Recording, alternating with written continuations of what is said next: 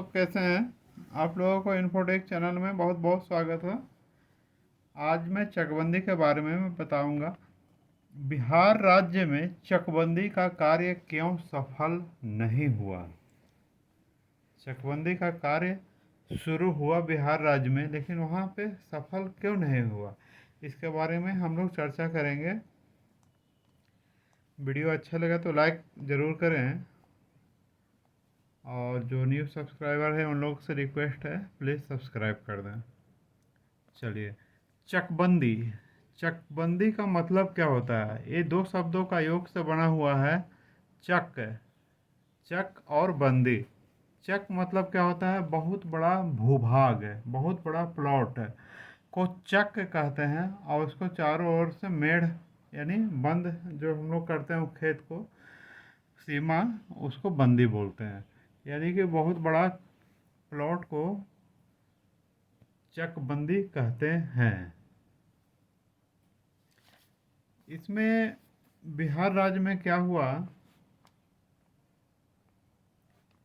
कि वहाँ बहुत सारे जो रैयत थे, किसान थे, वहाँ एक खेत गांव के पास में है, तो दूसरी खेत उत्तरी भाग में है, तीसरी खेत दक्षिणी भाग में है, चौथी खेत पश्चिमी भाग में है। पूरे खेत जो है उन लोगों का बिखरा हुआ रहता था। इसके वजह से छोटे छोटे खेत हो जाते थे, और सब में जोत और सिंचाई जो भी है कार्य, वो अलग अलग दिन जाना पड़ता था, जिससे उन लोगों की बहुत सारी परेशानियां होती थी।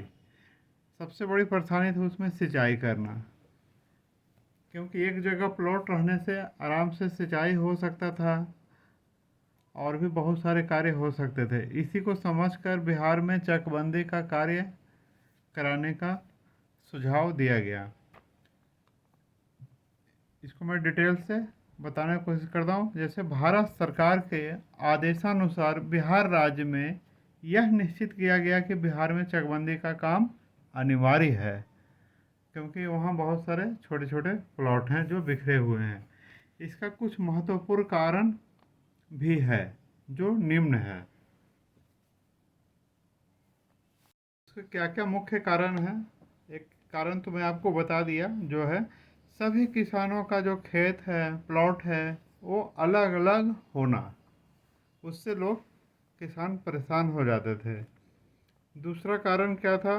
बहुत सारा प्लॉट काफ़ी छोटा होता था, जिससे उसमें जोताई वगैरह करने में मशीनों से परेशानी होती थी। और तीसरा कारण था सभी प्लॉटों में सिंचाई की व्यवस्था न हो पाना, जिसके कारण से उसमें फसल की भी बुआई वगैरह नहीं हो पाती थी, छूट जाती थी, समय पर नहीं हो पाता था। तो इसमें क्या है, चकबंदी के लिए भारत सरकार के द्वारा 1956 ईस्वी में, कब? 1956 ईस्वी में बिहार एक्ट 22/1956 नाम का एक कानून बनाया गया, और इस गजट पत्र को राज्य के सभी सरकारी कार्यालयों में भेजा गया और आदेश जारी कर दिया गया।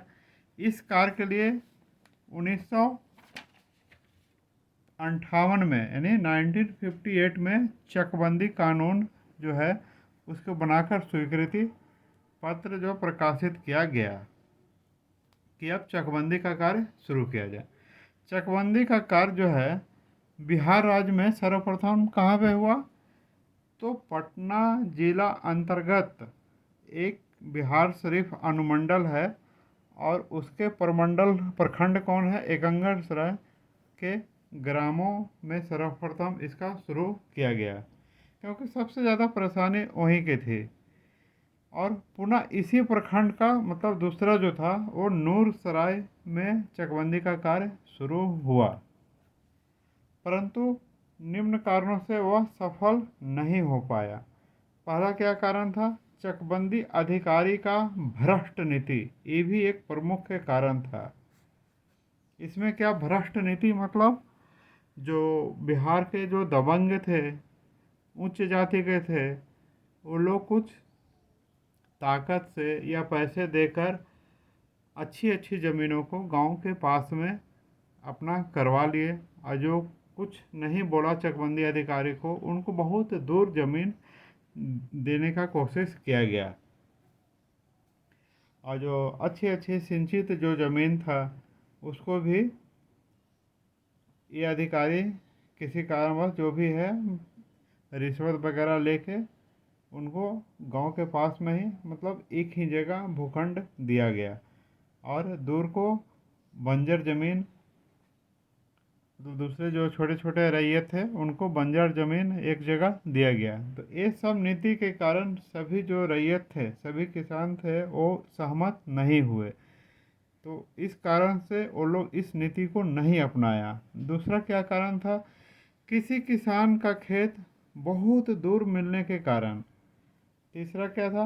किसी रैयत को असिंचित भूमि मिलने के कारण, जैसे वहाँ पानी नहीं होना, वहाँ ज़मीन जो था कंकड़ीला होना, अच्छी मिट्टी नहीं होना, वहाँ पैदावार नहीं के बराबर होना, ऐसी ज़मीन पाकर कोई भी संतुष्ट नहीं हो सकता था।